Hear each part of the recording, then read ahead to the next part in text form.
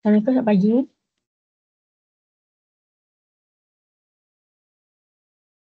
Selamat pagi, Doktor. Ya, so hari ini kita akan masuk 1.3. Topik 1.3 saya dah handoutnya saya dah upload di Gamefolio ya. Okay, kita nak sambung kuliah daripada hari semalam, daripada semalam. Kita berhenti pada Gaussian, salah satu contoh dalam Gaussian elimination. Bagaimana menyelesaikan sistem persamaan linear menggunakan bagaimana kita laksanakan Gaussian elimination, Gauss-Jordan elimination untuk menukarkan augmented matrix berikut kepada matrix yang berbentuk RREF. Betul kan? Kita berhenti sampai sini. This example.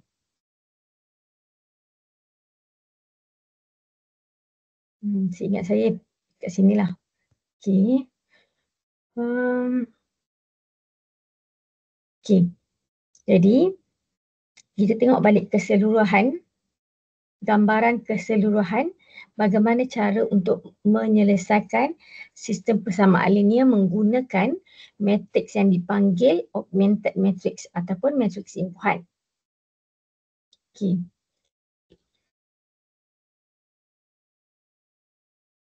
Caranya adalah yang pertama, mendapatkan augmented matrix tersebut. Okay. Kemudian kita melalui langkah-langkah yang diberikan oleh Gaussian elimination ataupun kita boleh juga memilih untuk menggunakan Gauss-Jordan elimination. Okay, dalam steps dalam kedua metode ini menggunakan elementary row operations yang kita lakukan pada augmented matrix untuk menukarkan augmented matrix kepada matrix berbentuk REF ataupun RREF. Okay, kemudian apabila augmented matrix sudah berbentuk REF ataupun RREF, kemudian kita dapat selesaikan step yang terakhir, kita dapat selesaikan sistem persamaan linear tersebut dengan mudah. Alright, so kita sekarang berada di sini. Langkah yang terakhir. Okay.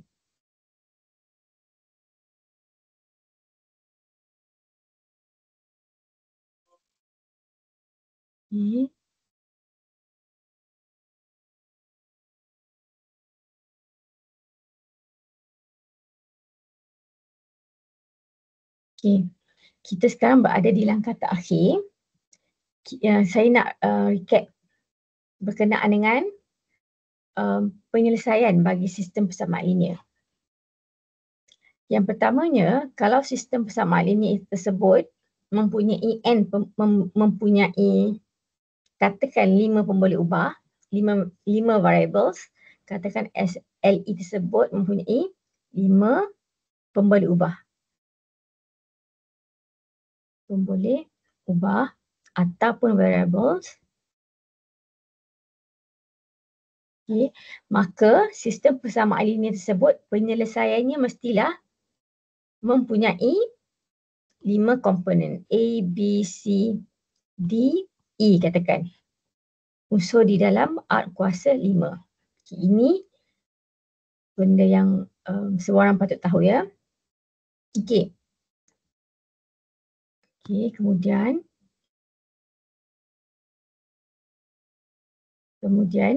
okay. Ada sistem persamaan linear tersebut boleh jadi inconsistent ataupun consistent. Inconsistent bermaksud sistem persamaan linear tersebut tidak mempunyai sebarang penyelesaian. No solution at all. Tak ada penyelesaian ya. Makanya kita tak dapat cari sebarang nilai A, B, C, D, E yang memenuhi kesemua persamaan linear dalam sistem persamaan linear tersebut. Okey. Kemudian inconsistent. Kemudian to the opposite kepada inconsistent adalah konsisten, iaitu sistem persamaan linear yang mempunyai penyelesaian. Okay. Ada dua jenis sistem persamaan linear yang mempunyai penyelesaian. Yang pertama, apabila penyelesaiannya adalah satu sahaja. Sistem persamaan linear yang mempunyai hanya satu penyelesaian. Jadi kita katakan sistem persamaan linear tersebut mempunyai penyelesaian yang unik. Unique solution. Unique solution. Okay. Ataupun kalau sistem persamaan linear tersebut mempunyai lebih daripada satu penyelesaian, maka penyelesaian yang ada adalah tidak terhingga banyaknya. Infinitely many solutions. Infinitely many solutions. Okay.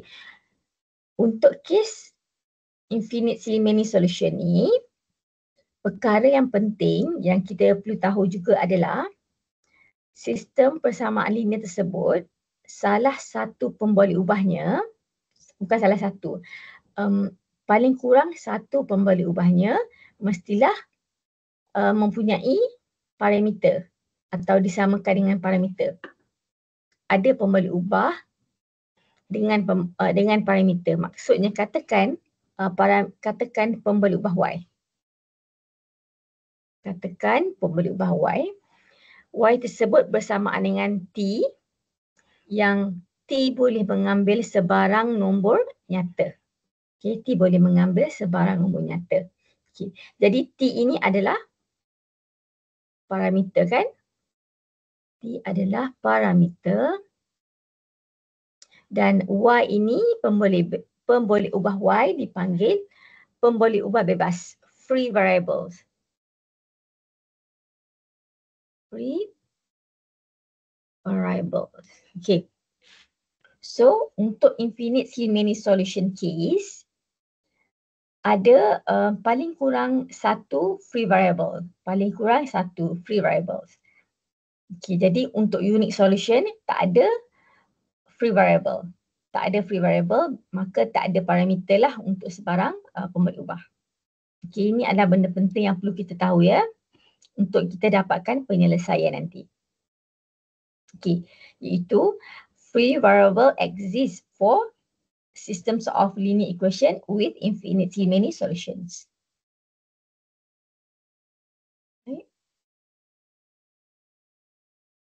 Okay. Dalam step sebelum ini, sebelum step sekarang yang dalam petak merah tu, apa yang kita buat adalah kita lakukan operasi baris permulaan, elementary row operation, untuk menukarkan augmented matrix katakan A kepada matrix berbentuk REF ataupun RREF. Kan kita lakukan Gaussian elimination ataupun Gauss-Jordan elimination ataupun Gauss-Jordan. Okay. Jadi B yang terhasil adalah berbentuk matrix B yang terhasil adalah berbentuk REF ataupun RREF. So pemasukan di dalam B, pemasukan bermaksud entries. Terdapat entries di dalam B yang dah berubah. Jadi A tidak lagi sama dengan B. Okay, matrix A tidak sama dengan B. Tapi kita panggil A dan B adalah row equivalence. Okay, matrix A and B, the two matrices A and B are said to be row equivalence if one can be changed to the other by a sequence of elementary operations. Okay. Okay, setara secara baris. A dan B setara, row equivalence, but they are not equal. Sebab masukannya sekarang sudah tidak sama. Okay. So kita boleh recall, kita ada contoh ni sebelum ni. Kita recall balik contoh tersebut. 3 matrices. Ingat tak kita ada sistem persamaan linear 1, sistem persamaan linear 2, sistem persamaan linear 3. SLE, Systems of Linear Equation. Okay, yang mana A adalah augmented matrix bagi sistem persamaan linear pertama, B adalah augmented matrix bagi sistem persamaan linear kedua dan C adalah augmented matrix bagi sistem persamaan linear ketiga. Okey. Dan perhatikan ketiga-tiga matrix ini, perhatikan ketiga-tiga matrix ini. Matrix A tidak berbentuk REF ataupun RREF. Kedua-duanya tidak dipenuhi oleh A. Okey, tetapi B berbentuk REF dan C berbentuk RREF. Okay, C berbentuk RREF. Okey, boleh semak ke ketiga-tiga properties of REF. Kita boleh tengok yang kita boleh semak yang B memenuhi ketiga property REF dan C pula memenuhi keempat-empat property bagi RREF. Okey, jadi sebenarnya A, B dan C adalah row equivalence. A, B dan C adalah row equivalence sebab sebenarnya nanti kita akan lihat kita lakukan Gaussian elimination dan juga Gauss-Jordan terhadap A untuk menghasilkan B dan C. Jadi A, B dan C adalah row equivalent matrices, matrix yang setara secara baris. Okey, jadi benda penting yang perlu kita tahu adalah row equivalent matrices sebagai contohnya A, B dan C, okay, have corresponding systems of linear equations with similar solution. Okay, so A, sistem persamaan linear pertama, B, sistem persamaan linear kedua dan C, sistem persamaan linear ketiga. Okay, jadi ketiga-tiga sistem persamaan linear ini tidak sama, tetapi ketiga-tiganya mempunyai penyelesaian yang sama. Ketiga-tiganya mempunyai penyelesaian yang sama. For this case, penyelesaian ini adalah unik, satu solution sahaja. Okey, jadi kita perlu tahu yang matrices yang row equivalent matrices have corresponding SLE. Corresponding SLE with similar solutions.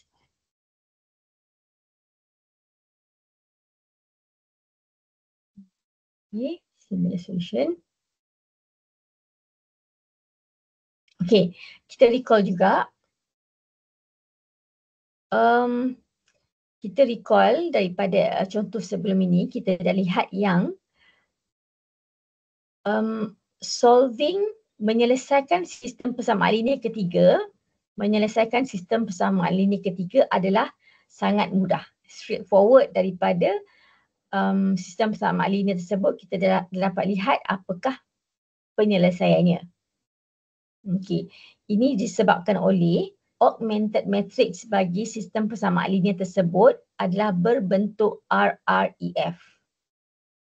Okey, dan sistem persamaan linear kedua SLE2, okey, dengan augmented matrix B, kita boleh selesaikan dengan mudah walaupun tidak straightforward, tetapi penyelesaiannya, kaedah jalan kerja untuk menyelesaikannya adalah agak mudah.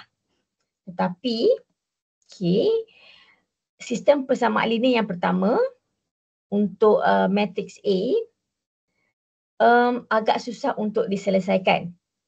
Okey, agak susah untuk kita selesaikan sistem persamaan linear ketiga.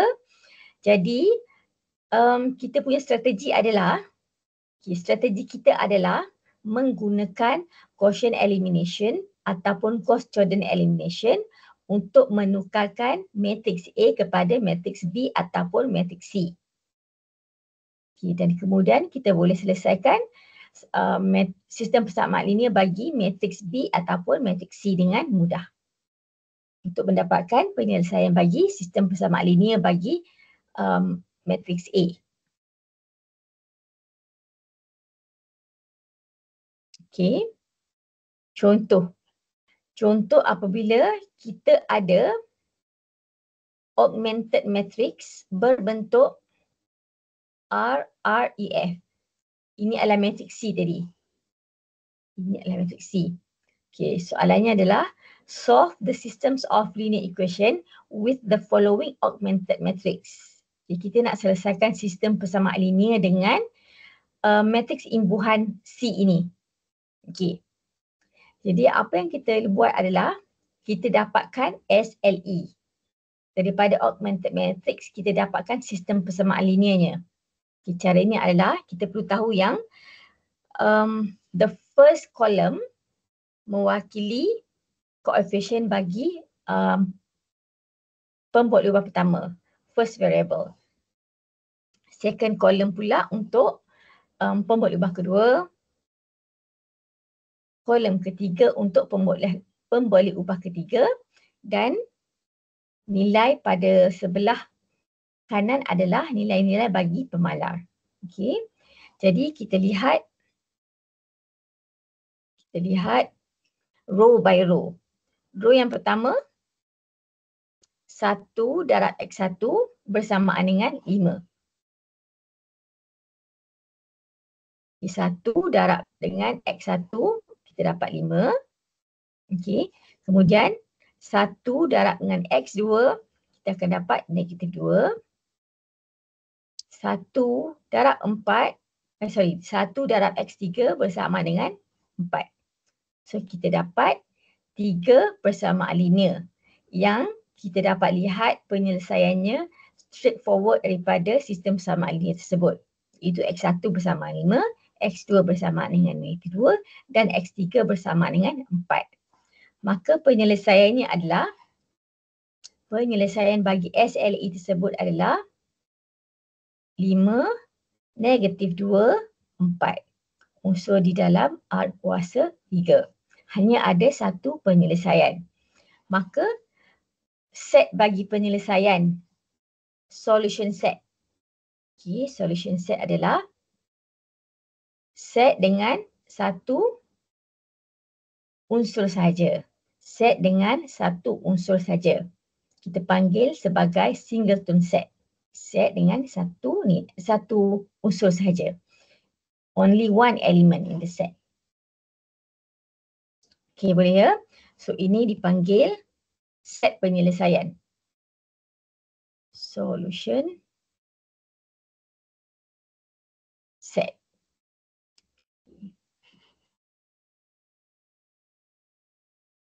Alright. Okay.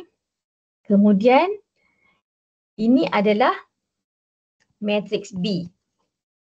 Okay, kita disuruh untuk menyelesaikan sistem persamaan linear yang mana augmented matrix ni adalah matrix B. Dan kita perhatikan augmented matrix B adalah berbentuk REF. Berbentuk REF. Okay. Jadi cara penyelesaiannya adalah kita dapatkan sistem persamaan linear bagi matrix ini. Seperti biasa, kolom pertama mewakili X1 ataupun pemboleh ubah yang pertama. Kolom kedua mewakili pemboleh ubah kedua dan kolom ketiga mewakili pemboleh ubah ketiga. Okay. Kalau tak nak guna X1, X2, X3 boleh juga guna X, Y, Z. Okay. Untuk 3 pemboleh ubah. Untuk 3 pemboleh ubah kita boleh guna pemboleh ubah X, Y, Z. 2 pemboleh ubah kita boleh gunakan pemboleh ubah X, Y. Tetapi kalau pemboleh ubahnya lebih daripada 3, biasanya kita akan menggunakan XI. X1, X2, X3, X4 dan seterusnya. Katakan saya nak gunakan X1, X2, X3. Okey. Jadi kita lihat setiap baris untuk kita dapatkan sistem persamaan linear. Okey, baris yang pertama X1 tambah X2 tolak X3 bersamaan dengan negatif 1. Okay. So kita dapat yang pertama. Yang kedua, pekali bagi X1 the coefficients for X1 adalah sifar. Okay, jadi tak ada pemboleh ubah X1. Di X2 tambah 2X3 bersamaan dengan 6. Kita dapat sistem persamaan linear kedua. Sistem persamaan linear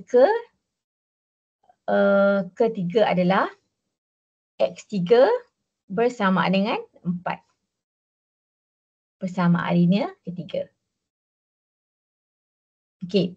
Jadi selepas kita dapatkan sistem persamaan linearnya, kita akan selesaikan sistem persamaan linear ini. Okey, perhatikan persamaan yang ketiga adalah X3 bersamaan dengan 4. Okey, jadi apa yang kita buat adalah kita gantikan X3 bersamaan dengan 4 ke dalam persamaan kedua. So X3 bersamaan dengan 4. Okey, jadi apa yang kita perolehi adalah X2 tambah 2 darab 4 iaitu 8 bersamaan dengan 6. Maka X2 bersamaan dengan negatif 2. Okey. Kemudian menggunakan persamaan pertama, kita gantikan X3 bersamaan dengan 4 dan kita gantikan X2 bersamaan dengan negatif 2. Okay, jadi apa yang kita perolehi adalah X1 tolak 2 tolak 4 bersamaan dengan negatif 1. Okay, jadi X1 bersamaan dengan negatif 1 tambah 6. Iaitu X1 bersamaan dengan negatif 5. Bersamaan dengan 5. Okay. Jadi di sini kita dapati X1, X2, X3 ketiga-tiganya tidak bersamaan dengan mana-mana parameter kan? Tidak bersamaan dengan parameter.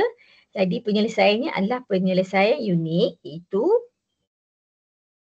penyelesaiannya adalah X1 bersamaan dengan 5, X2 adalah negatif 2, X3 adalah 4. Okay, ini adalah penyelesaian. Satu-satunya penyelesaian. Jadi again, solution set adalah set dengan satu unsur sahaja iaitu 5, negatif 2, 4. Ini adalah solution set.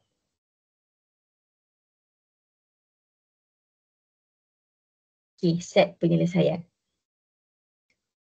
Okay. Okay. So itulah yang saya tulis pada penyelesaian kat sini. Okay. Kemudian ini adalah matrix A. Matrix A. Okay, selesaikan sistem persamaan linear dengan matrix imbuhan A. Kita dapati A tidak berbentuk RREF dan juga tidak berbentuk REF. Okay. Jadi kalau kita nak cuba selesaikan sistem persamaan linear dengan matrix sebegini, it is possible, boleh, tetapi jalan kerjanya akan lebih panjang, akan lebih complicated. Terutamanya kalau kita mempunyai pembeli ubah lebih daripada 2. Kalau pembeli ubah kalau sistem persamaan linear dengan 2 pembeli ubah, kita boleh lakukan persamaan serentak kan?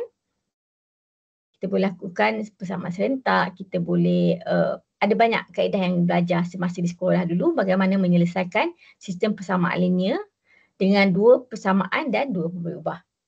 Tapi apabila pembeli ubahnya lebih daripada 2, okay, penyelesaiannya, jalan kerjanya agak complicated kalau kita nak gunakan kaedah yang sama. Jadi apa yang kita buat adalah kita menggunakan Gauss-Jordan elimination untuk menghasilkan RREF matrix ataupun menggunakan Gaussian elimination untuk menghasilkan REF matrix. Okay. Dalam kaedah ini seperti yang tertulis pada paparan ni, applying Gauss-Jordan elimination and produces RREF augmented matrix. Kita akan gunakan Gauss-Jordan elimination. Okay. Kita dah lihat contoh sebelum ni. Kita lakukan beberapa elementary row operations pada matrix A menggunakan Gauss-Jordan elimination, maka terhasillah matrix RREF berikut. Okey, dan ini adalah matrix C. Dan daripada contoh sebelum ni, kita dapati penyelesaiannya adalah unik, iaitu X1 bersamaan 5, X2 bersamaan dengan -2 dan X3 bersamaan dengan 4. Okey. Setakat ni okey ya? Okey, Doktor. Right. Okey. Alternatively, kita boleh gunakan Gaussian elimination. Saya tak suka kat sini. Sorry. Example 1.7c. Okey. Alternatively, ini adalah alternative solution. Alternative solution kepada yang sebelum ini. Okey. Kita boleh gunakan Gaussian elimination and produces REF augmented matrix. Okey, maka kita dapatkan matrix B yang berbentuk REF. Dan daripada contoh sebelum ini, penyelesaian yang juga sama, iaitu penyelesaian unik X1 bersamaan 5, X2 bersamaan dengan -2 dan X3 bersamaan dengan 4. Okey. So dah nampak Okey. So saya harap picture yang saya dalam bentuk diagram tadi tu, cara menyelesaikan sistem persamaan linear menggunakan elementary row operation. Okey, semua boleh faham step ya. Bagaimana kita bermula dengan augmented matrix dan kita berakhir dengan the last step dalam kotak merah, menyelesaikan sistem persamaan linear yang augmented matrixnya berbentuk REF ataupun RREF. Okey. Alright. Kita akan lihat sistem persamaan linear konsisten. Systems of linear equation with infinitely many solution. Contoh tadi, sistem persamaan linear konsisten dengan satu sahaja penyelesaian. Sistem tersebut hanya ada satu penyelesaian saja. Jadi dalam contoh ini kita akan lihat sistem persamaan linear yang mempunyai tidak terhingga banyaknya penyelesaian. Infinitely many solutions. Okay. Recall juga, tadi saya diberitahu, kalau sistem persamaan linear tersebut mempunyai lebih daripada satu penyelesaian, maka penyelesaiannya adalah tidak terhingga banyak. Okay. Maka akan wujud variable with parameter. Akan wujud pemberi ubah dengan parameter. Okay. Pemberi ubah bersamaan dengan parameter. Boleh jadi pemberi ubah katakan keempat bersamaan dengan parameter S, yang S boleh mengambil sebarang nombor nyata. Okay. Tadi saya guna Y bersamaan dengan T. Ini adalah contoh saja. Okey. Apabila X4 bersamaan dengan S, maka kita panggil X4 ini kita panggil free bebas. Kita panggil sebagai pemberi ubah bebas. Okay, so kena tahu term free variable. Okay, free variable. Jika pemberi ubah tersebut bukan pemberi ubah bebas, okay, the remaining variables are free leading variable. Pemberi ubah pelopor. Okay. The opposite to free variable is leading variable. Okay, jadi pemberi ubah yang tak sama dengan parameter, pemberi ubah tersebut dipanggil pemberi ubah pelopor, leading variable. Pelopor leading one adalah pelopor satu. Leading is pelopor. Pelopor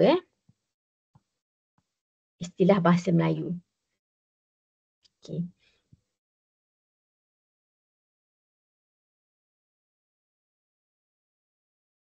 Okay. Okay, yang tadi ni yang saya terangkan tadi.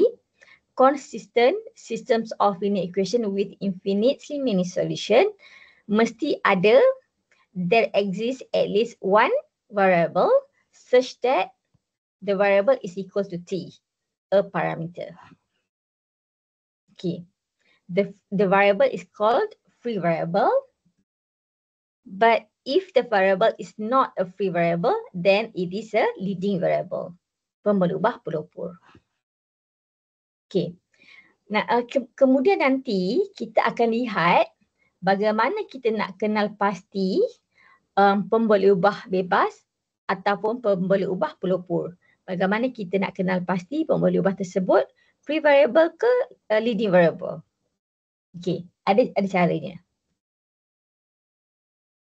Okey, caranya adalah kita akan rujuk, we have to refer to RREF or REF augmented matrix to identify free variable or leading variable. Okey, caranya adalah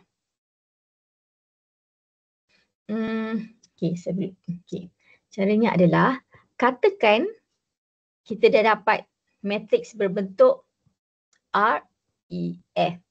Katakan kita dah ada matrix berbentuk REF. Okey, remember yang matrix berbentuk REF, okay, setiap baris yang bukan kesemua pemasukan yang sifar, okay, a row which is does not consist zero in entire entries. Baris yang ada pemasukannya yang bukan sifar, itu maksud saya. Kalau semua sifar, kita akan letak pada baris paling bawah. Okay, ini adalah baris yang pemasukannya semuanya sifar. Okey, kita letak paling bawah. Tapi kalau baris tersebut ada pemasukan yang bukan sifar, okey, katakan ada baris yang ada pemasukan dalam baris ini yang bukan sifar, maka mesti wujud leading one. Leading one mesti wujud. Okey, so katakan leading one-nya dekat sini. Okey, jadi yang pertama kita kena kenali leading one. Mesti berbentuk sedemikian. Okey, pertama kita kena kenali leading one pada baris yang bukan kesemua pemasukannya sifar. Okey, so kita kena kenali leading one pada setiap baris. Okey, so untuk contoh yang ini, kolom yang pertama ada leading one, kolom kedua ada leading one, kolom yang ini ada leading one dan kolom yang ini ada leading one. Okay, so katakan hanya ada 4 kolom yang ada leading one. Okay, remember yang kolom mewakili pemboleh ubah. Katakan X1, X2, X3, katakan X6. Okay, X1, X2, X3 dan X6 ini adalah leading variable, pemboleh ubah pelopor. Okay, sebab ada leading one pada kolom yang diwakili oleh kolom yang mewakili pemboleh ubah tersebut.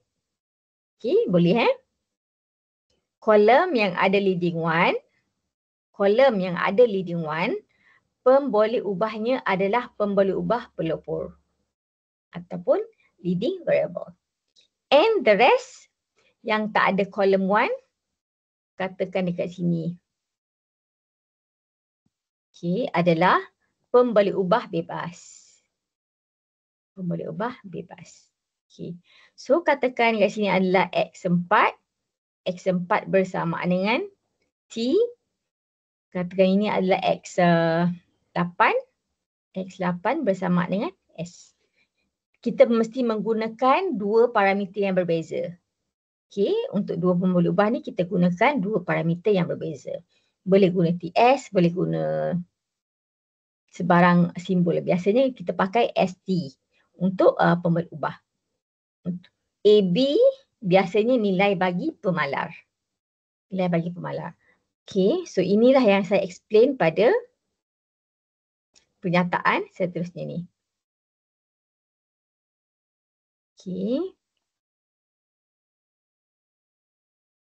Okay, let's say column I represents variable xi.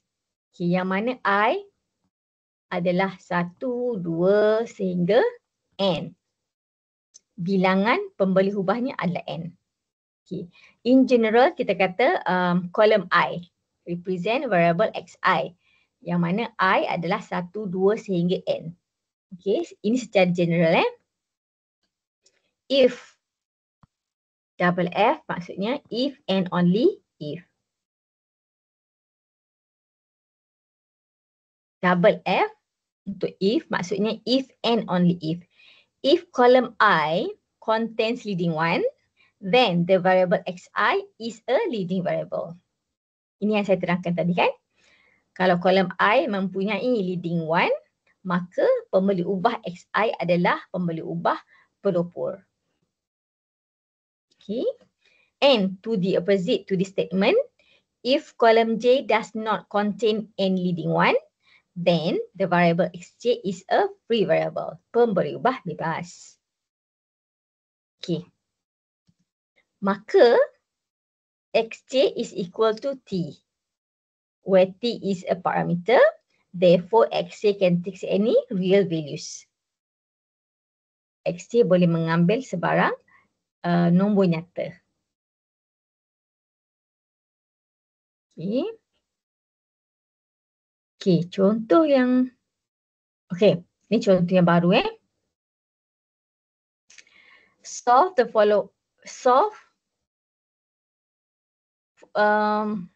systems of linear equation with the following RREF augmented matrix. Okay, sistem persamaan linearnya dia tak beri tapi dia bagi augmented matrix instead.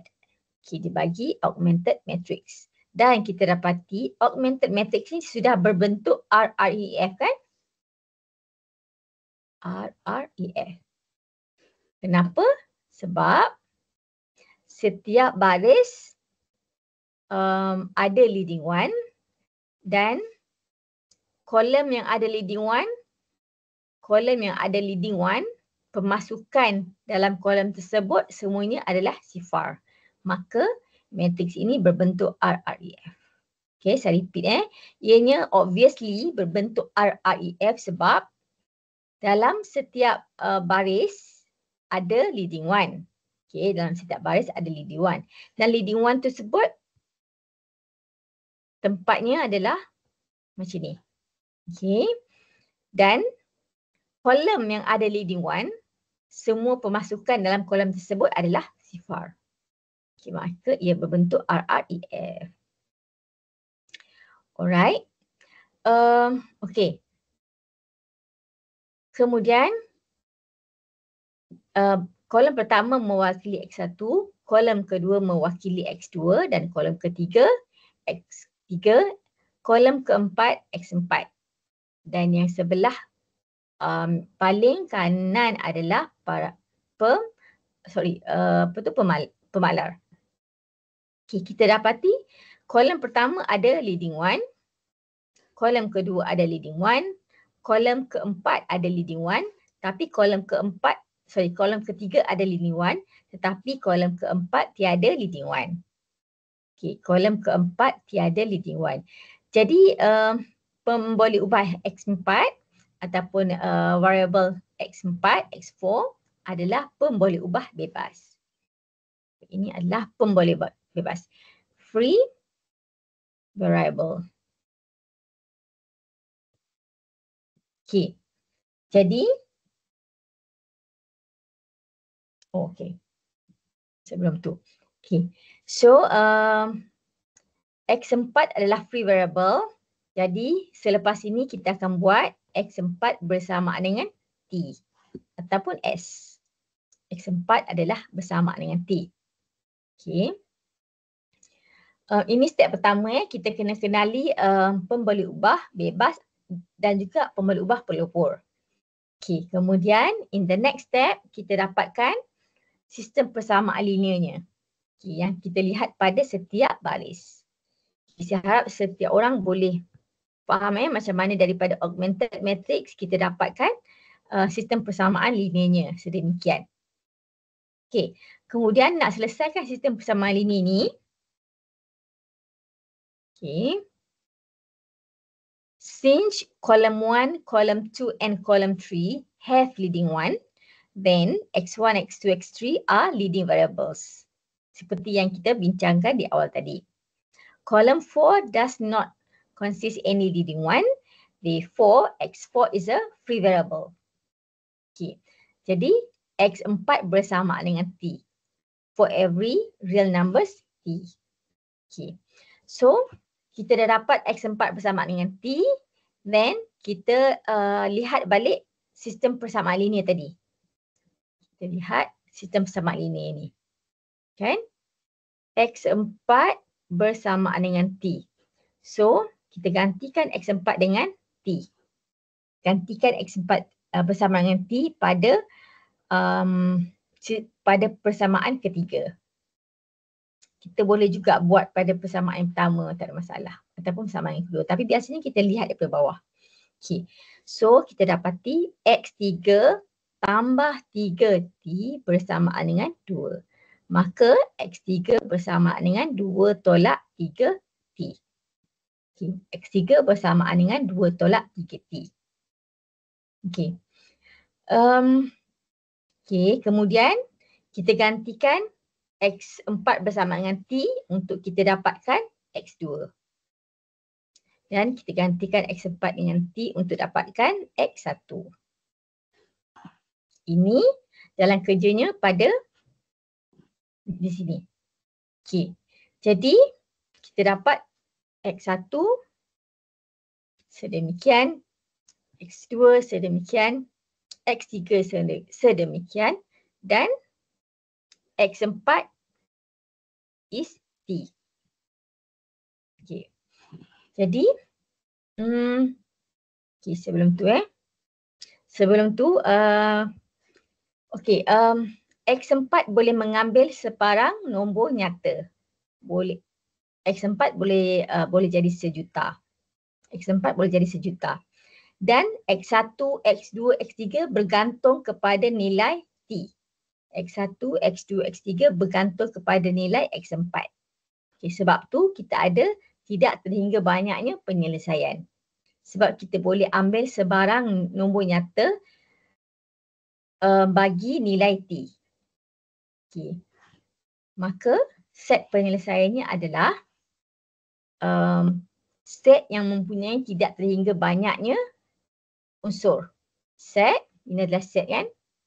Set yang mempunyai tidak terhingga banyaknya unsur sebab ia bergantung kepada nilai T. Ia bergantung kepada nilai T. Yang mana?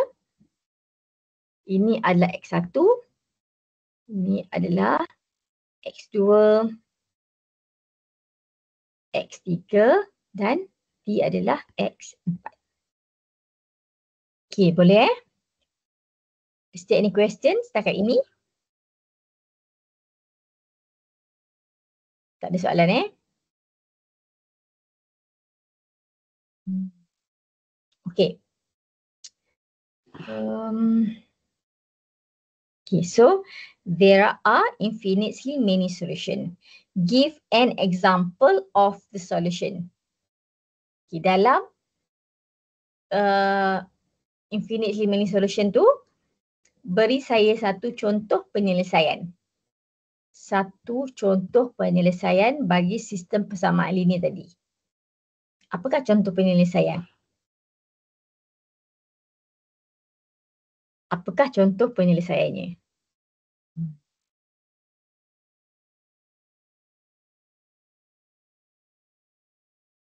Kita ada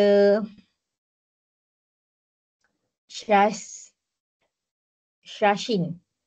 Ada Shashin tak kat sini? Selamat pagi doktor. Hai Syashin. Syashin boleh bagi saya satu contoh penyelesaian? Ya doktor. Okey. Apakah contohnya? Negatif 9. Negatif 9. Negatif 9. 2. 2. Negatif 4. Negatif 4. Lepas tu 2. 2. That's it kan? Itu sahaja kan? Ya. Thank you sebab kita ada 4 pembeli ubah. Jadi penyelesaiannya mesti ada 4 komponen. Okey. Kita semak. Adakah betul ini penyelesaiannya? Okey, terima kasih Syashin. Okey. So, dalam nilai yang ni T bersamaan dengan 2. Syashin pilih T bersama dengan 2 kan? Sebab X4 ni adalah 2. Okey. T bersamaan dengan 2. Maka X3 adalah 2 tolak 3T. 2 tolak 3T. T adalah 2. Maka kita dapat 2 tolak 6. Sama dengan negatif 4. Okey. Kemudian X2 bersamaan dengan X2 dekat sini. 6 tolak 2 T. So kita dapat 6 tolak 4 bersamaan dengan 2. Okey, kemudian X1 pada X1 bersamaan dengan negatif 1 tolak 4 T. So kita dapat negatif 9. Jadi betullah ini adalah salah satu penyelesaian. Okey. Okey. So nampaknya okey ya. Syashin dah boleh bagi satu penyelesaian. So saya andaikan yang lain pun sama. Okey. Kita ada another example. SLE with the following augmented matrix yang berbentuk RREF. Okey. So, langkah yang pertama adalah kita kenali leading one. Kita kena kenali leading one. Yang mana satu leading one? So, obviously ini adalah leading one. Bagi baris pertama, baris kedua, baris ketiga. Baris keempat tak ada leading one. There is no leading one pada baris keempat sebab kesemua pemasukan dalam baris keempat ini adalah bernilai sifar. Kesemua pemasukan. All of the entries in the fourth row are all zeros. So there is no leading one. Okay. So kolom pertama X1, kedua tak ada leading one. X3 ada leading one. X4 ada leading one. X5 tiada leading one. So X1, X2, X3, X4 adalah leading variable. Okay, and the rest X2, X5 ini adalah free variable. Okay, boleh ya? Okay, kemudian saya dapatkan sistem persamaan linearnya. Saya dapatkan sistem persamaan linear. Ada 3 persamaan linear. Walaupun augmented matrix ada 4 row, tetapi kita hanya dapat peroleh 3 persamaan linear sebab row ke-4 ni tidak memberi sebarang sistem persamaan linear. Okay, kemudian seterusnya kita rujuk kepada pembeli ubah tadi. Okay. Leading variable X1, X2, X4 and free variable X2 dan X5. Therefore, X2 bersamaan dengan S, X5 bersamaan dengan T untuk sebarang nilai S dan T. Okay. Kemudian kita rujuk balik kepada sistem persamaan linear yang kita dapat 3 persamaan tadi. Kita gantikan X2 bersamaan dengan S dan X5 bersamaan dengan T dalam setiap persamaan dan kita dapati penyelesaiannya adalah sedemikian. Okay. So the solution set adalah set dengan tidak terhingga banyaknya pembeli ubah. Dekat sini parameter yang kita ada adalah ada parameter S dan parameter T. Okay, jalan kerjanya sama dengan contoh sebelum ni. Okay, boleh ya?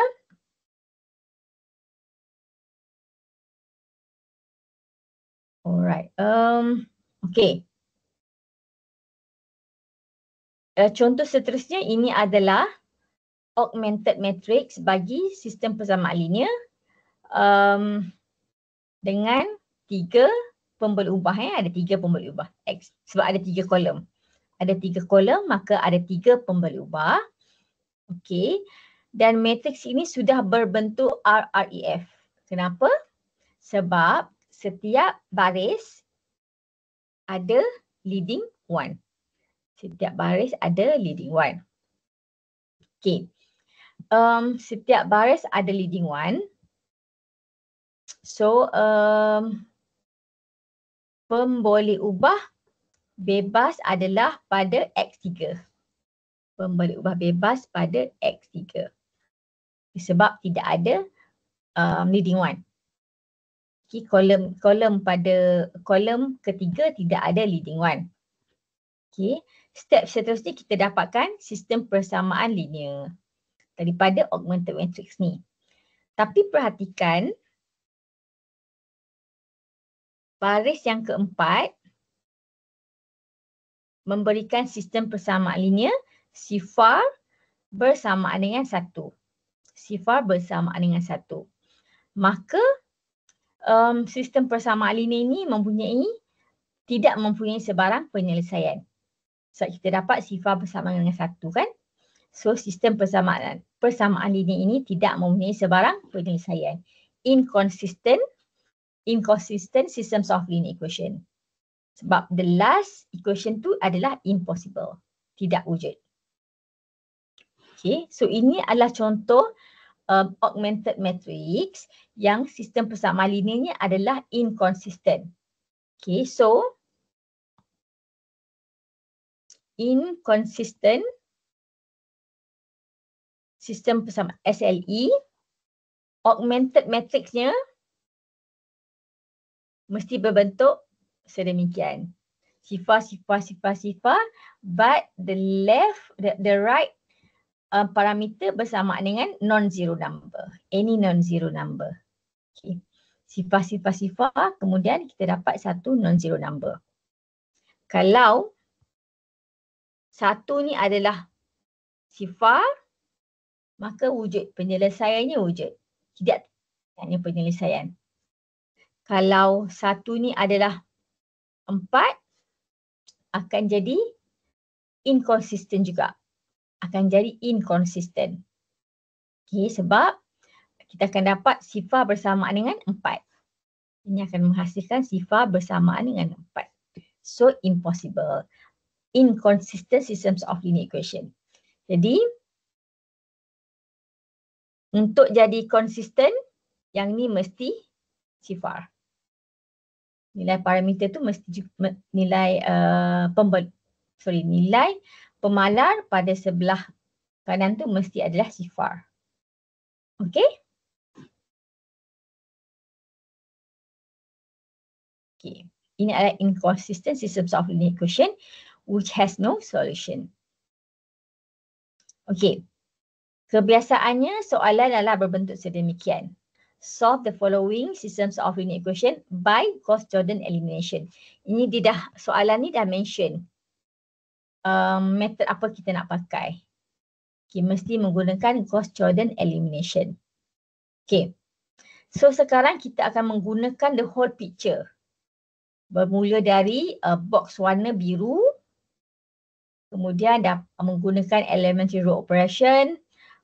Dengan memenuhi steps by steps dalam Gauss-Jordan elimination, kita akan dapat a matrix berbentuk RREF, and in the last step kita akan selesaikan sistem persamaan linear yang diberikan oleh RREF matrix tadi. Okay, so the whole picture. The corresponding augmented matrix of the systems of linear equation is as follows. Okay. Ada 6 pembalik ubah. Ada 6 pembalik ubah, maka ada 6 kolom. 1, 2, 3, 4, 5, 6. Ada 6 kolom. Dan yang sebelah kanan adalah nilai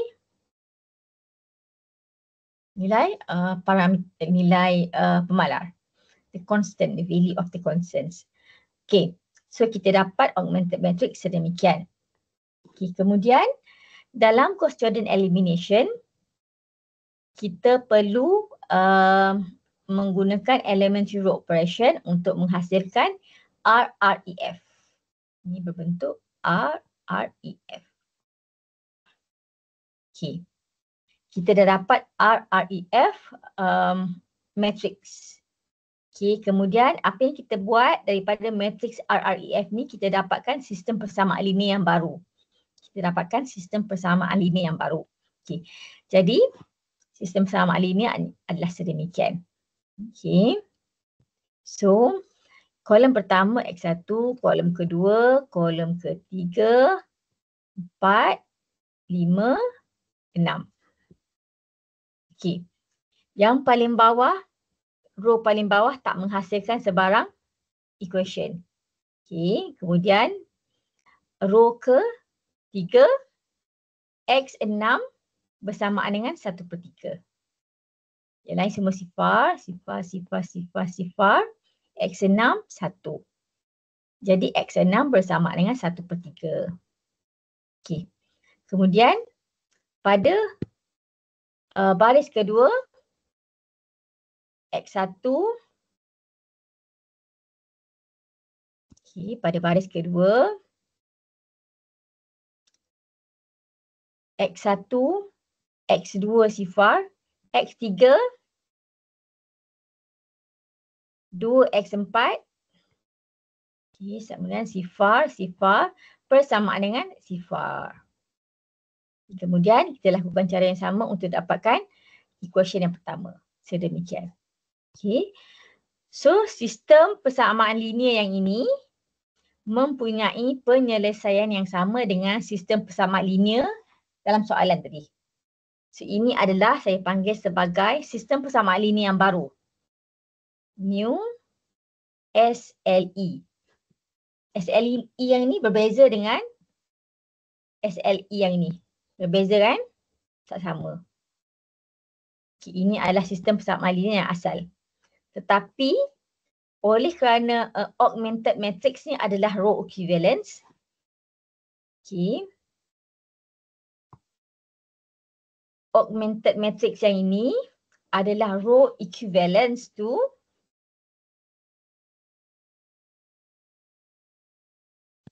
this new augmented matrix, maka sistem persamaan linear, kedua sistem persamaan linear tadi mempunyai penyelesaian yang sama.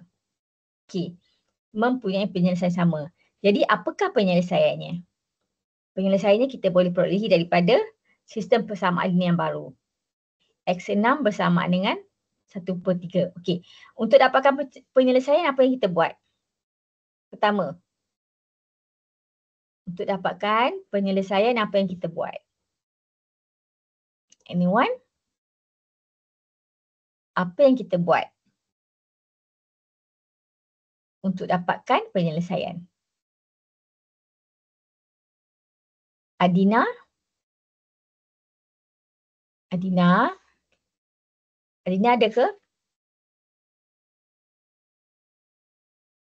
Adina ada ke? Ada. Okey, Adina Syamimi. So apakah step yang kita buat untuk kita dapatkan penyelesaian? Kita mesti apa yang kita kena buat? Kita mesti tak dapat Adini have no idea. Kokzi ada Kokzi. Kokzi Kian.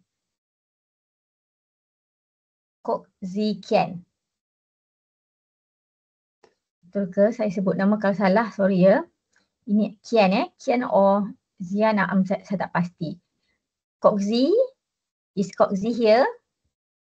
Yes.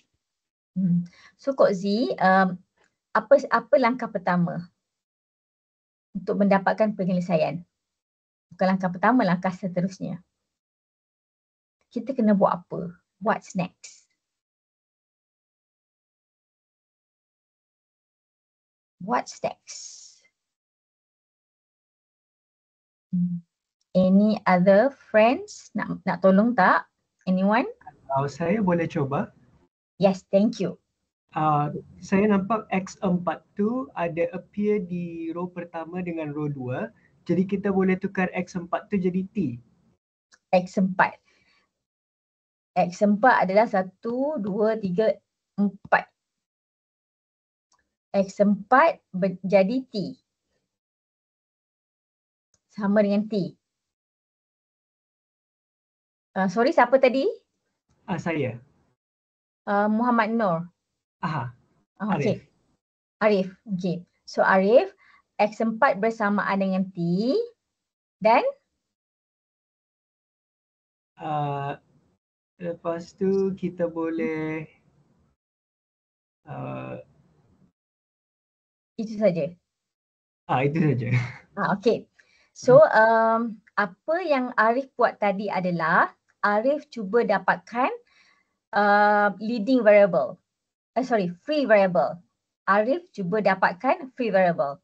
Memang itulah langkah yang kita kena buat next. Kita kena kenali yang pemboleh ubah mana yang merupakan pemboleh ubah bebas, pemboleh ubah mana yang merupakan pemboleh ubah pelopor. Kan? Yang Arif bagi tadi adalah X4 bersama dengan T. X4 adalah salah satu pemboleh ubah bebas. How do we know X4 ni adalah pemboleh ubah bebas? Bagaimana kita tahu X4 ini adalah pemboleh ubah bebas? Dengan melihat augmented matrix. So, pada augmented matrix kita kena kenali leading one. Leading one adalah nombor 1 yang saya bulatkan. Okey, jadi kolom yang ada leading one adalah mewakili leading variable. X1, X3, 4, 5, 6. Jadi X1, X3, X6 adalah leading variable dan X2, X4 dan X5 adalah free variable. Okay, seperti yang Arif bagi tahu tadi, X4 bersamaan dengan T, X2 kita boleh ambil S, X5 kita boleh ambil R. Contoh, sebarang simbol. Okay, so in this step, kita dapatkan pemboleh ubah bebas. Sedemikian. Sebarang simbol STR tidak ada masalah. Okay, kemudian bila kita dah ada pemboleh ubah bebas ni, simply gantikan X4 dengan T. Seperti yang Arif beritahu tadi kan, dalam baris kedua, X4 bersamaan dengan T. Dan kita boleh dapatkan X3. Dan seterusnya, penyelesaiannya adalah sedemikian. Tidak terhingga banyaknya penyelesaian. Parameter ada pada baris ketiga, berada pada pemboleh ubah kedua, pemboleh ubah keempat dan pemboleh ubah kelima. Okey. So ini adalah penyelesaiannya. Okay, another solution, another question. Tapi kali ni kita nak cuba selesaikan tanpa bantuan elementary row operations. Possible ke impossible? Ada sistem persamaan linear dengan 3 pemboleh ubah dan 3 persamaan. Kita selesaikan tanpa menggunakan Gauss-Jordan ataupun Gaussian elimination. Okay, boleh cuba buat. Ini adalah penyelesaian unik. Penyelesaian unik. Boleh cuba selesaikan Okey, saya cuba selesaikan operasi terhadap persamaan. Salah satu cara kita buat kan, kalau ingat di zaman sekolah dulu, persamaan serentak, kita buat operasi terhadap persamaan. Operasi terhadap persamaan tu maksudnya kita ada persamaan 1, persamaan 2, persamaan yang 3. Okay, apa yang saya buat kat sini adalah langkah pertama adalah 2 didarabkan dengan persamaan 1, tolak dengan persamaan 2, saya dapat persamaan 4. Okay, kemudian 3 darab dengan persamaan 1, tolak persamaan 3, saya dapat persamaan kelima. Kemudian gunakan persamaan keempat dan persamaan kelima untuk dapatkan nilai Y dan nilai Z. Okay, so possible. Untuk 3 persamaan, 3 parameter boleh diselesaikan tanpa menggunakan element zero operation. Sebarang method. Okay. Okay. Yang menjadi masalah kalau kita tak nak guna element zero operation akan menjadi masalah kalau persamaan tu mempunyai lebih daripada 1 pemberi ubah. Lebih daripada 3 pemberi ubah. Lebih daripada 3 persamaan. Yang kemudiannya kalau ada tidak tinggi banyaknya penyelesaian. So agak sukar. Possible untuk diselesaikan tapi agak sukar. Complicated sikit penyelesaian ni. Okay. Kalau guna Gauss-Jordan elimination, ini adalah step dia. Okay. Step ni adalah sedemikian. Kita akan dapat jawapan yang sama. X1 bersama dengan 1, X2 bersama dengan 2, X3 bersama dengan 3. Okay. Okay. Solve the following systems of linear equations. Ada 2 sistem persamaan linear. Okay. Kalau perhatikan, sebutan sebelah kiri adalah sama. Kan sama kan? Sebutan sebelah kiri adalah sama. Tapi nilai pemalar adalah berbeza. Nilai pemalar adalah berbeza. Tak sama. So, kita boleh selesaikan kedua-dua sistem persamaan linear ni secara serentak. Simultaneously. Okay. Dengan dapatkan augmented matrix sedemikian. Augmented matrixnya sedemikian. Ada 2 pemalar kat sini kan? Okay, ada 2 pemalar. Kemudian kita selesaikan dengan cara yang sama. Lakukan Gauss-Jordan elimination ataupun Gaussian elimination. Okay, kita akan dapatkan yang sama. Kedua-duanya mempunyai solution yang unik. Mesti mempunyai solution yang unik. Mesti sama. Jenis sistem persamaan linearnya mesti sama. Sama ada inconsistent, consistent with unique solution or consistent with infinitely many solution. Untuk kes yang ini kita ada penyelesaian unik. Okay. Kalaulah saya kata verify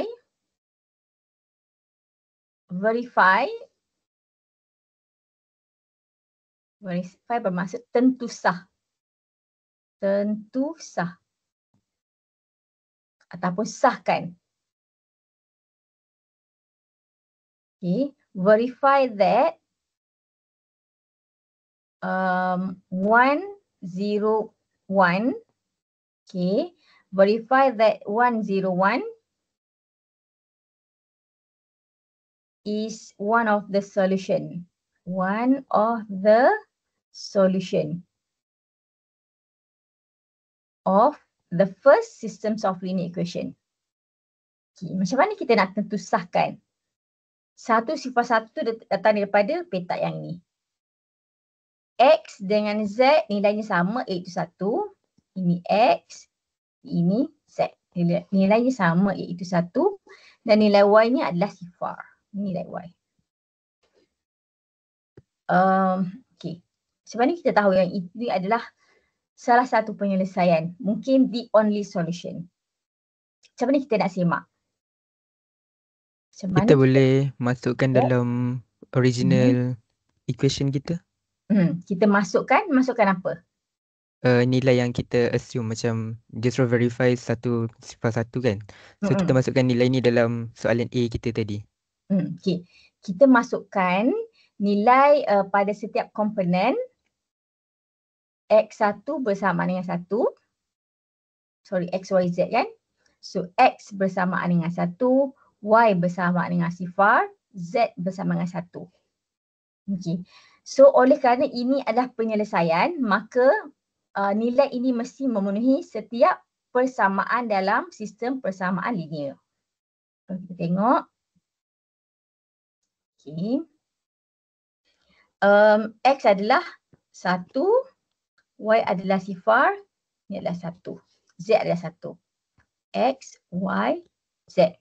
Okay, kita akan dapat 1 tambah 3 bersama dengan 4. Jadi dipenuhi. Kemudian 2 tambah sifar tambah 2 tambah sifar tambah 3. Kita dapat 5. Okay, kemudian 1 tambah 8 bersama dengan 9. Okay, jadi 1 sifar 1 benarlah adalah penyelesaian kepada sistem persamaan linear ini. Okay. Kalau kita tak cuba selesaikan, so kita mungkin kita kena, kalau kita tak ada solution set, so 101 boleh jadi the only solution ataupun ada solution yang lain. Okay, kita boleh buat cara yang sama untuk sistem persamaan linear yang kedua. Okay.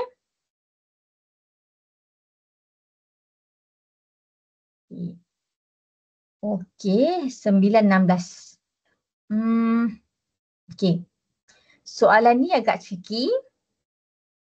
Tapi kebiasaan soalan macam ni lah yang akan appear dalam test ke. Determine the value of B1, B2 and B3 such that the system of linear equation is consistent. Okey. Kalau kita perhatikan sistem persamaan linear ni, sebutan sebelah pemalar sebelah kirinya tak diberi. Tak diberi. Dan ditandai sebagai B1, B2, B3. Soalannya, apakah nilai B1, B2 dan B3 yang menjadikan sistem persamaan linear ini adalah konsisten? Iaitu mempunyai paling kurang satu pembelubah. Mempunyai paling kurang satu penyelesaian. Apakah nilai B1, B2 dan B3? Okey, caranya adalah kita cuba selesaikan. Kita cuba dapatkan penyelesaian in terms of B1, B2 and B3. Okey, so ini adalah augmented matrixnya. Ini adalah augmented matrix. Kemudian kita cuba selesaikan. So cara step dia agak sedikit complicated lah sebab kita tak ada nilai bagi B3, B2, B1. Okay, jadi kita akan kekalkan sebutan B3, B2, B1 sebab kita tak tahu nilainya apa. Okay. Kita berakhir dengan matriks sedemikian. Okay, bagaimana cara untuk menentukan sistem persamaan linear ini adalah konsisten, mempunyai penyelesaian. Ingat tak contoh sebelum ni, sistem persamaan linear yang tidak mempunyai penyelesaian berlaku apabila baris terakhir adalah sifar, sifar, sifar, kemudian nilai parameternya adalah bukan sifar. Nilai star. Star adalah nilai parameter. Nilai parameternya bukan sifar. Boleh ambil sebarang nilai. So bintang kat sini adalah B3 tolak B2 tolak B1. Kalau bintang ini bersama dengan sifar, maka sistem tu adalah konsisten. Tapi kalau bintang ini tidak sifar, contohnya 4, 1 juta dan sebagainya, maka sistem persamaan linear ini adalah inconsistent. Okay. Jadi sistem ini is consistent if B3 tolak B2 tolak B1 bersamaan dengan sifar. Nilai ini mesti bersamaan dengan sifar. Mesti bersamaan dengan sifar untuk menjadikan ianya mempunyai penyelesaian. Okey. Contoh, katakan B3 adalah, contohnya adalah B3 bersama dengan 4, B2 bersama dengan 3, B1 bersama dengan 1. Okay. Untuk kes ini adalah salah satu contoh nilai B1, B2, B3 yang memberikan sistem persamaan linear tadi adalah konsisten. Jadi B3, okey. Boleh, ini adalah salah satu contoh nilai B1, B2, B3. Jadi ada tidak terhingga banyaknya nilai B1, B2, B3. Asalkan B1, B2, B3 tadi memenuhi persamaan yang ini. Okey. Boleh jelas ke? Boleh faham ke? Faham. Okey. Terima kasih. So, kita boleh kata the SLE is inconsistent if B3 tolak B2 tolak B1 tidak bersamaan dengan sifar. Kan? Okay, ni boleh faham Okay. Okay. Homogeneous systems of linear equations. Ini last part of 1.2. Bahagian terakhir dalam section 1.2. Homogeneous systems of linear equation. Homogeneous systems of linear equation adalah systems of linear equation yang kesemua nilai pemalar B adalah sifar. Seperti berikut. Secara amnya seperti berikut. Semua nilai B adalah sifar. Semua nilai B adalah bersamaan dengan sifar. Okey. Apa yang special sangat sistem persamaan linear ni? Apa yang special dengan homogeneous system of linear equation?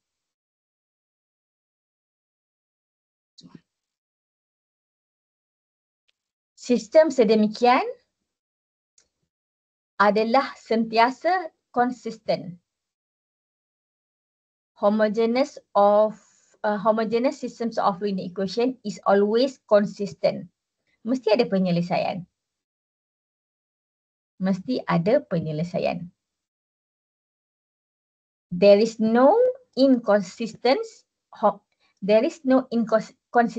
homogeneous system of linear equation.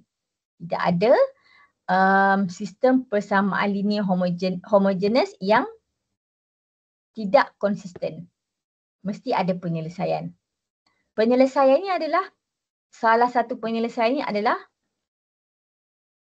X1 sifar, X2 sifar sehingga Xn semuanya sifar. Sifar. Ini adalah salah satu penyelesaian. Betul tak? Kan? It obvious. Kalau kita gantikan X1 bersama dengan sifar, X2 bersama dengan sifar, sehingga Xn bersama dengan sifar, kita akan dapat ianya bersamaan dengan sifar. So ini adalah salah satu penyelesaian. Kita panggil penyelesaian yang paling mudah. The trivial solution. Kan? Betul tak? So, homogeneous systems of linear equation always has solution. Always has solution. It's either unique solution or infinitely many solution. Kalau unique solution, maka ini adalah the only solution. Kalau sistem persamaan linear tersebut mempunyai penyelesaian yang unik, maka the trivial solution is the only solution. Kalau infinitely many solution, maka akan ada penyelesaian lain. Akan ada tidak terhingga banyaknya penyelesaian yang lain. Okay. The trivial solution for these systems of linear equation is every variable is equal to 0. Okay, kita boleh tulis sedemikian ataupun kita boleh tulis macam ni. I would prefer macam ni. Okay. Semua penyelesaiannya adalah sifar. If there are other solutions, then they are called non-trivial solution.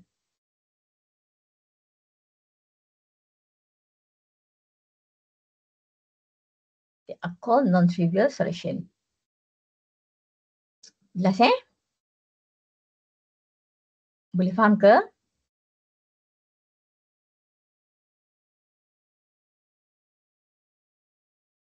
Thank you. So, a homogeneous systems of linear equation always has the trivial solution. So there are only two possibilities. Either the system has only the trivial solution or it has infinitely many other solutions, which is in addition to the trivial solution. Okay. Okay. Teorem pertama dalam, sebenarnya banyak teorem yang kita lihat tadi. Teorem maksudnya teorem maksudnya satu penyataan yang merupakan yang telah dibuktikan. Satu penyataan yang telah dibuktikan berkenaan dengan topik tertentu. Okay, teorem yang ini kandungannya adalah a homogeneous systems of linear equations with more unknowns, more variable. Unknowns is variable. A homogeneous systems of linear equations with more unknowns than equation has infinitely many solutions. Okay, a homogeneous systems of linear equation where the number of variables is more than the number of equation. Bilangan pembeli ubahnya lebih besar daripada bilangan persamaan. Bilangan pembeli ubah lebih besar daripada bilangan persamaan, maka sistem homogeneous systems of linear equation tersebut mestilah mempunyai tidak terhingga banyaknya penyelesaian. Okay. So katakan bilangan pembeli ubah adalah sebanyak M. Ada M bilangan pembeli ubah, iaitu X1, X2, X3 sehingga Xm. Ada M bilangan pembeli ubah. Dan katakan bilangan persamaan adalah N. Terdapat N bilangan persamaan. Persamaan pertama, persamaan kedua sehinggalah persamaan ke N. Okay. Teorem ni menyatakan kalau M lebih kecil daripada N, maka sistem persamaan linear tersebut has infinitely many solution. Infinitely many solution.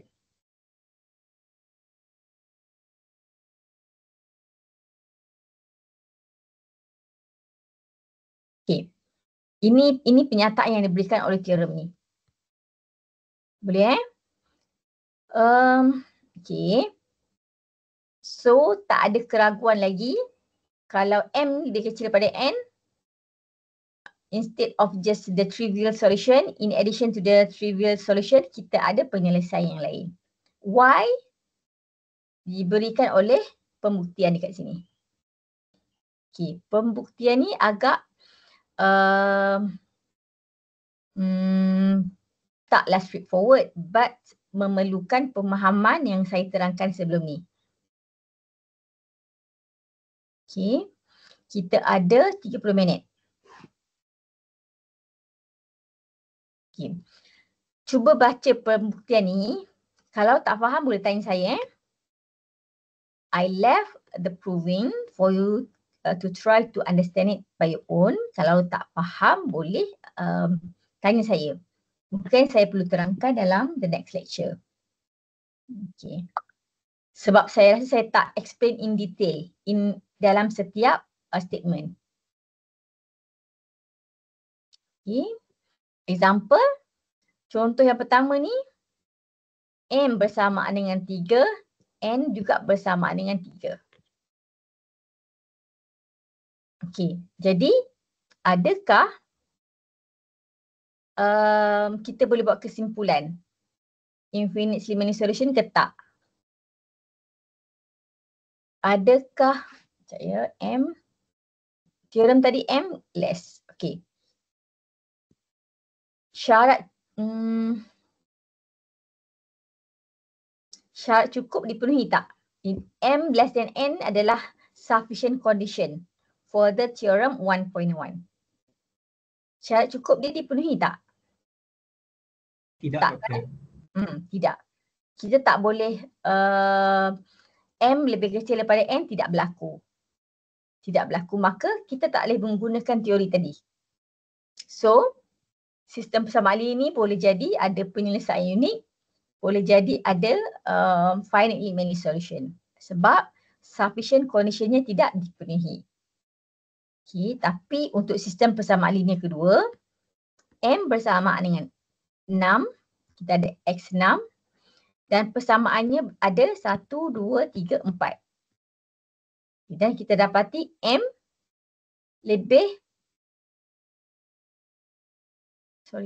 M adalah bilangan pemboleh ubah. Tidak dipenuhi, pun tak dipenuhi.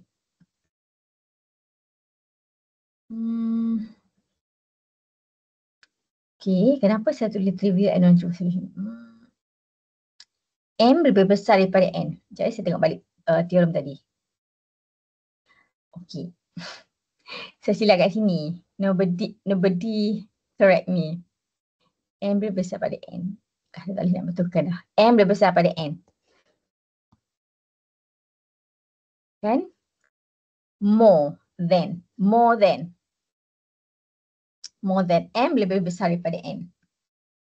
Okay, so bukan tak dipenuhi, tapi yang ni M lebih besar daripada N.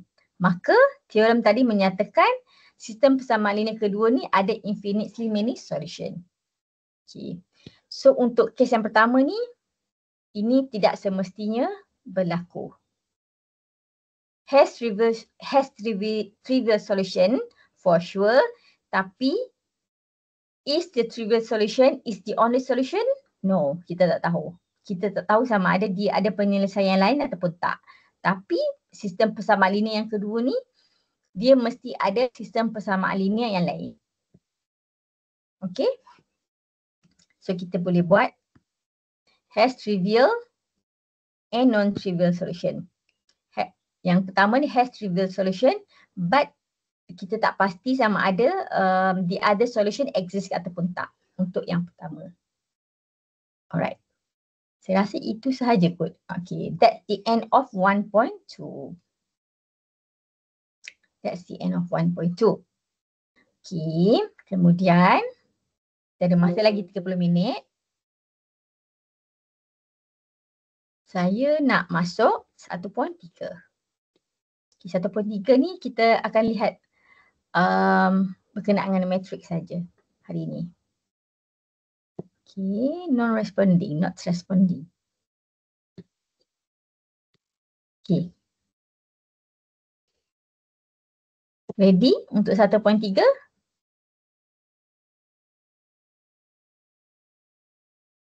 Okay. Thank you. So, solving systems of linear equation using coefficient matrix. Matrix perkali. Tapi lagi sekali kita selesaikan menggunakan matrix. Tapi matrix yang berbeza. Matrix yang sedikit berbeza, kita panggil coefficient matrix. Matrix perkali bagi sistem persamaan linear tadi. Okay, so apakah matrix perkali ni? We are going to see another method to solve the systems of linear equation using a matrix called coefficient matrix of a SLE. Of the SLE. Okay. Okay. Saya tak perkenalkan dulu apa dia coefficient matrix, tapi mungkin anda boleh agaklah apa dia matrix perkali. Sebab kita tahu perkali bagi pembeli ubah dalam setiap persamaan linear. Okay. Apa yang saya nak mula topik ini, kita akan mula memahami matrix. Kita akan mula memahami matrix. So, subtopik yang pertama adalah berkenaan dengan matrix. Ini cuma recap saja sebab saya yakin semua orang tahu apa dia matrix. Apakah sifat-sifat matrix? Apakah arithmetic operation bagi matrix dan sebagainya. Kita cuma recap saja. So, kita pergi agak laju ya. A matrix A with size m times n is a rectangular array of numbers with m rows and n column.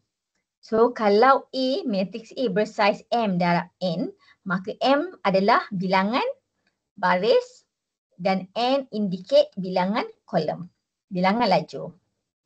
Okey. Nombor dalam matrix itu kita panggil the entries. The entries of the matrix ataupun pemasukan. Pemasukan dalam matrix. Okey. Ya. Kemudian, okey. Secara simbol. We may use its entries to represent the matrix A. So, kita tulis matrix A bersamaan dengan Aij m times n. Ini bermaksud I boleh mengambil nilai 1, 2 sehingga m dan nilai j boleh mengambil nilai 1, 2 sehingga n.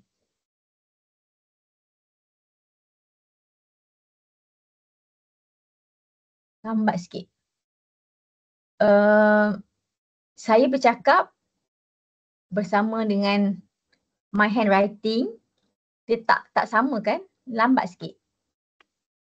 Betul tak? Lambat sikit doktor. Lambat sikit. Agak mengganggu. Tak apa. After next week kita akan ada face to face class dah. Okay. Okay. So in general, katakan A bersaiz m times n. M times n. Jadi kita ada m. M tadi nilai bagi. M tadi nilai bagi baris kan? M adalah bilangan baris. Ni baris pertama. Baris kedua. Sehingga baris ke m. N adalah bilangan lajur. Ni lajur pertama, lajur kedua, sehingga lajur ke n. Kan? Okay, so saya boleh tulis, instead of saya tulis A saja, saya tulis dia in terms of its entry. A, I, J. I boleh mengambil sebarang nilai daripada 1 hingga m dan J boleh mengambil sebarang nilai daripada 1 sehingga n. Okay. Ith row, that's just column. Kita tengok pada yang indeks yang kedua. Kan, untuk mewakili kolom. Aij adalah the entry, the ij entry. The ij entry.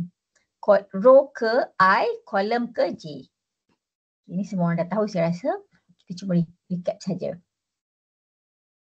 Okay. We use capital letter, huruf besar, to denote matrices and lowercase, huruf kecil, to denote numerical quantities or scalars. Okay, biasanya kan tadi A, B, C ni biasanya nombor pemalar ataupun skalar. Pemalar ataupun skalar. Okay, kalau huruf kecil tu biasanya mewakili nombor nyata. Untuk matriks kita simbolkan sebagai A. A besar adalah suatu matriks. B huruf besar juga suatu matriks. Macam tu. Itu yang dimaksudkan oleh statement ni. Kebiasaannya adalah sedemikian. Tetapi kalau refer kepada buku yang tak menggunakan simbol sedemikian dan buku tu akan mention. Tapi secara standard, ini adalah cara kita simbolkan nombor nyata dan juga matrix. Okay. Example, suppose A is a matrix and A is a scalar. Scalar maksudnya sebarang, bukan sebarang, satu nombor nyata. Unknown real number. A is a scalar. A is a unknown scalar. Okay. Column matrix. Column matrix adalah matrix yang bilangan kolomnya hanya ada satu. Satu kolom je. So, column matrix adalah matrix berbentuk sedemikian. Berbentuk macam ni. Kan ada satu bulat ni bukan sifar ya, ini mewakili entry. Ada satu kolom je. Okay, dan row matrix adalah matrix yang ada satu row saja. Ini mewakili entry. Bukan sifar, bukan sifar. Boleh jadi sifar. Boleh jadi sifar tapi saya tak maksudkan dengan bulat tu, saya tak maksudkan dengan sifar. Okay, so ini adalah row matrix. Ini adalah column matrix. Okay. Kemudian, column matrix ni kita panggil juga sebagai column vector. Column vector.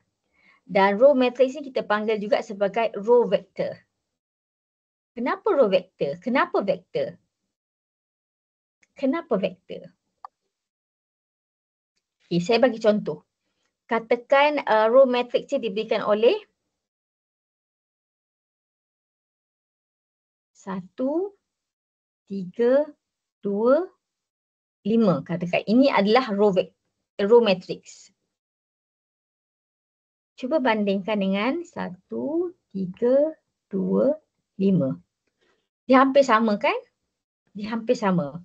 Dan 1, 3, 2, 5 ni adalah unsur di dalam R5. Dan ia merupakan satu vektor. Satu vektor kan? Setakat ni saya rasa anda cuma tahu vektor dalam 2 komponen saja. Kan vektor dalam 2 komponen, ingat tak? Pernah belajar tak? Vektor. Vektor adalah magnitude yang ada arah. Kan? Itu kalau 2 dimensional. Obviously kita boleh nampak apakah magnitude dia, apakah arah dia.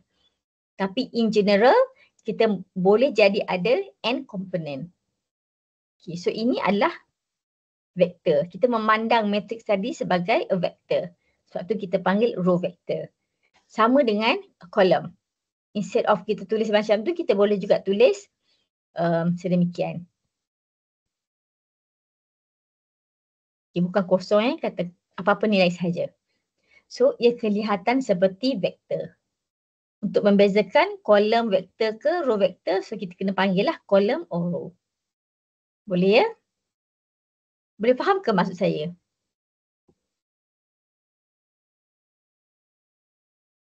Boleh faham tak maksud saya? Tak faham? Ada ke yang faham?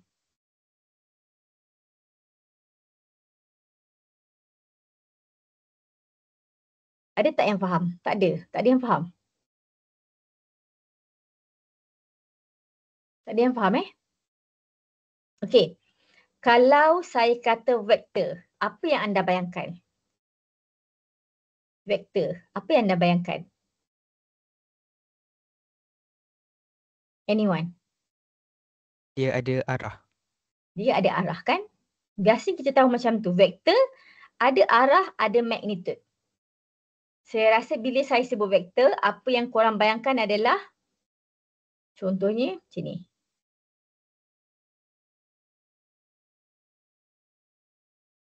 Kan? Dia bermula dengan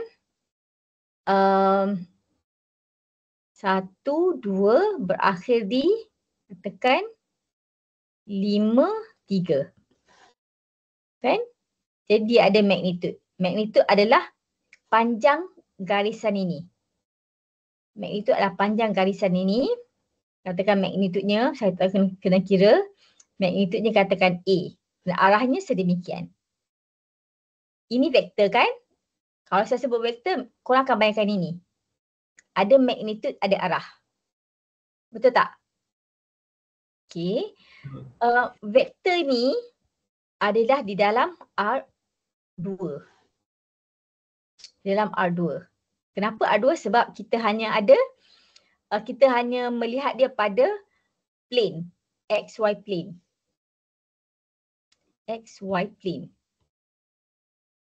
Okay, tetapi vektor sebenarnya boleh secara arm Rn. Okay, Rn. Secara general nanti kita akan tengok vector space. Okay.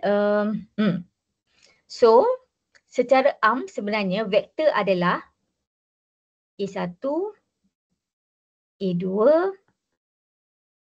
A3. A, N. Untuk kes yang ni, vektor yang ini sama dengan yang ini. Kan? Kedua-dua vektor ni sama. So, katakan ini adalah 4, ini adalah 3. Maka vektor ini adalah 4, 3. 4, 3. Vektor yang diberikan oleh garis ini beserta arahnya adalah vektor 4, 3 di dalam R kuasa 2. Tetapi vektor secara amnya bukan hanya ada 2 komponen. Boleh ada N komponen. Okay. Jadi, kolom baris tadi, kolom matrik, katakan kolom matrik 4, 1, 5, 6. Ini kolom matriks kan? Kita simbolkan sebagai katakan A. 4, 1, 5, 6 ni saya boleh represent dia sebagai a column vector. 4, 1, 5, 6. Now dia dah jadi vektor. Kan? Tapi saya represent kolom matrix sebagai kolom vektor. Okay. So, okay, one more thing. Kalau matrix kita simbolkan dengan huruf besar A, tapi kalau vektor, kita akan gunakan lowercase dan dalam buku ataupun typing kita akan guna A, tidak italic dan juga bold. Bold dan tidak italic. Ini simbol yang biasa untuk menggambarkan suatu kuantiti yang mempunyai lebih daripada satu komponen. Kuantiti yang mempunyai lebih daripada satu komponen. Biasanya kita gunakan lowercase letter in bold fonts dan tidak italic. Saya tambah tidak italic ya. To denote row and column vectors. Okay. Ini tata tanda saja. Okay, for example. Okay, kan for example. Demikian. Saya guna A yang, perhatikan A yang ni tak sama dengan A yang ni kan. A ini adalah sebab dia tidak italic. Yang ini adalah italic. So A tu nampak berbeza. Okay, untuk menggambarkan row vector, A tu adalah simbolnya adalah bold dan tidak italic. The same goes to column vector. Okay, so inilah contoh-contoh dia. Okay, main diagonal hanya exist bagi square matrix. Square matrix adalah matrix yang mana row dan kolomnya adalah sama. Main diagonal. Two matrices are equal if the corresponding entries are equal. Ini semua orang tahu, I guess. Kesamaan di antara dua matrix. Kan? Okay. Ini boleh baca Zero matrix is a matrix with zero entry. All entries are all zero. Kita tak kisahlah apa size dia. Identify the differences of the symbol. Simbol yang ni dengan simbol yang ni. Yang ini italic. Nombor tidak pernah italic. Nombor 1, 2, 3 tidak italic. Tidak pernah italic. Okay, zero number tidak italic but zero matrix italic. Okay. Square matrix with ones at the main diagonal and zero elsewhere is called the identity matrix. Identity matrix Okay, matrix yang mana saiz kolom dan baris mesti sama. Square matrix.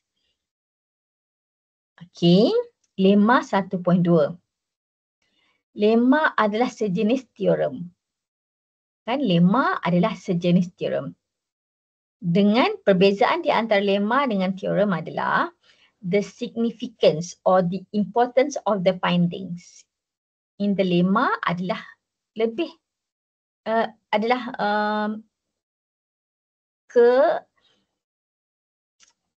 dalam lemma findingnya tak berapa penting berbanding teorem. Teorem tu lebih penting findings dia. Okay. So lemma 1.2 menyatakan kalau matrix R, square matrix, matrix R is a square matrix dan berbentuk RREF. R is a square matrix dan RREF, maka R is either, R ini boleh jadi adalah sama ada dua possibility saja. Two possibility of R. R adalah the identity matrix yang semua sifar, or R adalah satu matrix yang mesti mempunyai row yang sifar. Seberapa banyak baris sedemikian kita tak pasti. Tapi kita pasti the existence of row with entirely zero. Okay, jadi jika R adalah square matrix dan berbentuk RREF, R tersebut adalah sama ada di identity matrix ataupun matrix dengan hanya ataupun matrix yang mempunyai baris yang kesemuanya sifar. How many? Kita tak pasti. But kita cuma guarantee the existence of such a row. Okay. Ni provingnya. Subdivided or partition a matrix into smaller matrices. Ni boleh baca I left for you to cuba baca dan fahamkan. Matrix operation. Matrix operation kalau sebelum ni elementary row operation. Now matrix operation adalah matrix adalah operasi yang biasa, penambahan, penolakan, scalar multiplication dan product of two matrices. Okay. So yang ni pun saya skip. Okay. Penerapan tadi. Okay. Kalau nombor nyata, A nombor nyata, B nombor nyata, AB bersamaan dengan BA kan? Kalau A dan B adalah sebarang nombor nyata. But kalau A dan B adalah matrix, ini tidak benar.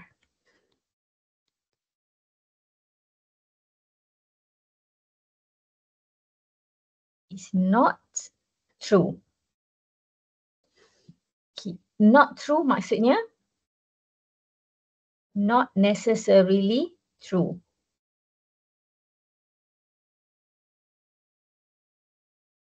For all AB. For all matrices AB. Okay. So AB bersama dengan B tidak semestinya benar. But boleh jadi ia benar untuk some specific matrix. Betul tak? Boleh jadi AB bersama dengan BA untuk sesetengah matrix.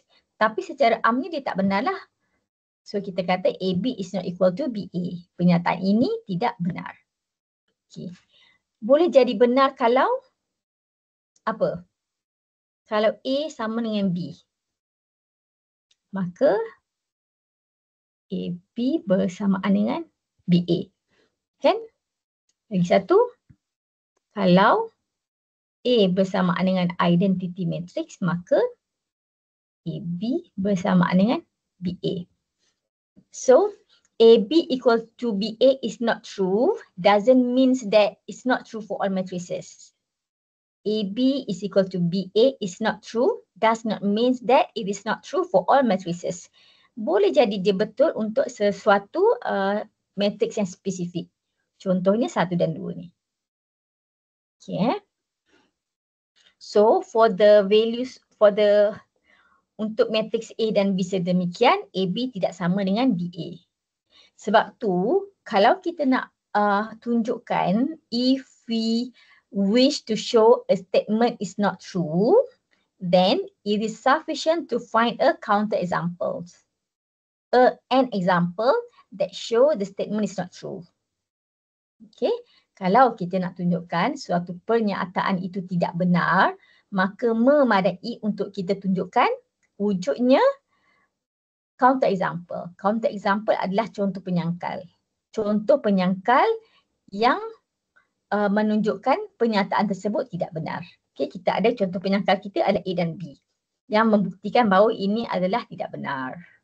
Okay. What else? Okay,